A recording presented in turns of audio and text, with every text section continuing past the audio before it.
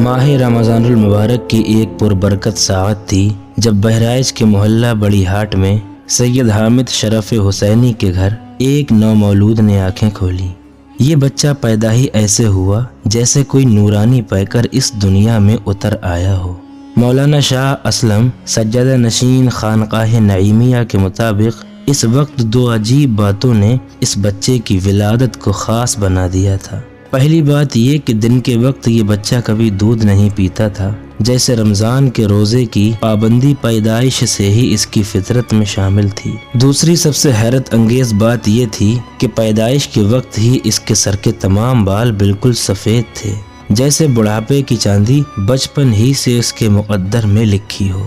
یہی وجہ تھی کہ سب نے اس کا نام بڈھن رکھ دیا، جبکہ ان کا مبارک نام سید محمد افضل تجویز ہوا، جن کو آج پوری دنیا خلیفہ میر صدر جہاں حضرت شیخ سید بڈھن بہرائچی رضی اللہ تعالیٰ عنہ کے نام سے جانتی ہے۔ سید بڈھن بہرائچی کا خاندان سادات حسینی سے ہے، جو رسول اللہ صلی اللہ تعالیٰ علیہ وآلہ وسلم کی مقدس نسبت سے وابستہ ہے۔ آپ کا شجرہ نسب 15 واسطوں سے مولائے کائنات حضرت علی کرم اللہ وجہ الکریم سے ملتا ہے۔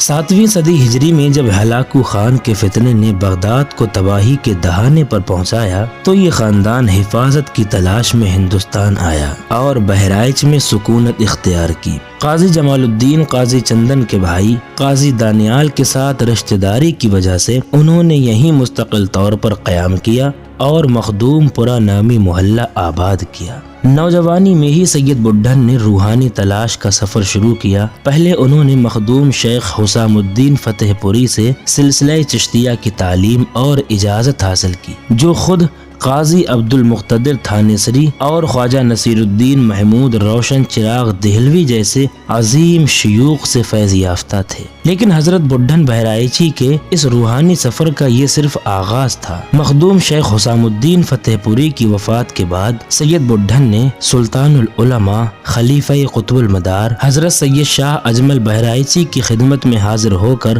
باقاعدہ بیعت کی۔ یہ وہ روحانی رشتہ تھا جو ان کی زندگی کا مرکز بن گیا۔ درجنوں کتابیں لکھ چکے سالار ملت حضرت سید سالم علوی بلخیروی صاحب کی تحقیق کے مطابق آپ سلسلہ چشت میں حضرت مخدوم حسام الدین فتح پوری علیہ الرحمہ سے مرید و خلافت یافتہ تھے، لیکن آپ کا زیادہ تر وقت سلطان العلماء خلیفہ قطب المدار میر صدر جہاں حضرت سید شاہ اجمل بہرائچی رحمۃ اللہ علیہ کی صحبت میں گزرا ہے۔ آپ حضرت شاہ اجمل بہرائچی صاحب سے طالب بیعت بھی تھے اور انہوں نے آپ کو سلسلہ قادریہ سہروردیہ اور بدیعیہ مداریہ کی بھی خلافت عطا کی تھی۔ حضرت شاہ اجمل بہرائچی نے سید بڈھن کی روحانی قابلیت کو دیکھتے ہوئے انہیں متعدد سلسلوں میں خلافت سے نوازا۔ محض 5 واسطوں سے آپ کا شجرہ طریقت ایک طرف حضرت شیخ الشیوخ عمر شہاب الدین سہروردی رحمۃ اللہ علیہ اور صرف 8 واسطوں سے سلطان الاولیاء شیخ عبد القادر جیلانی بغدادی رحمۃ اللہ علیہ اور صرف 1 واسطے سے قطب الاقطاب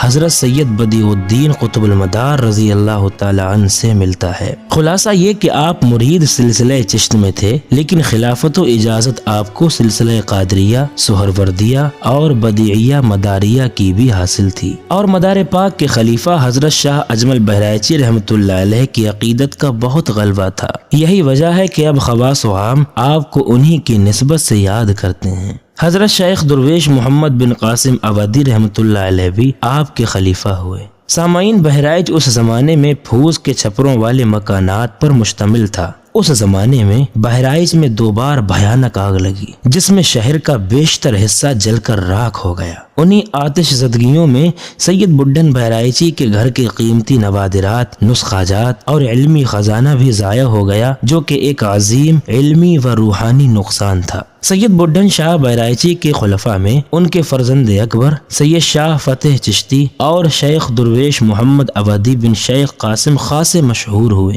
شیخ درویش محمد اودھی کے خلیفہ شیخ عبد القدوس گنگوہی ہوئے، پھر ان کے خلیفہ شیخ رکن الدین ہوئے، ان کے خلیفہ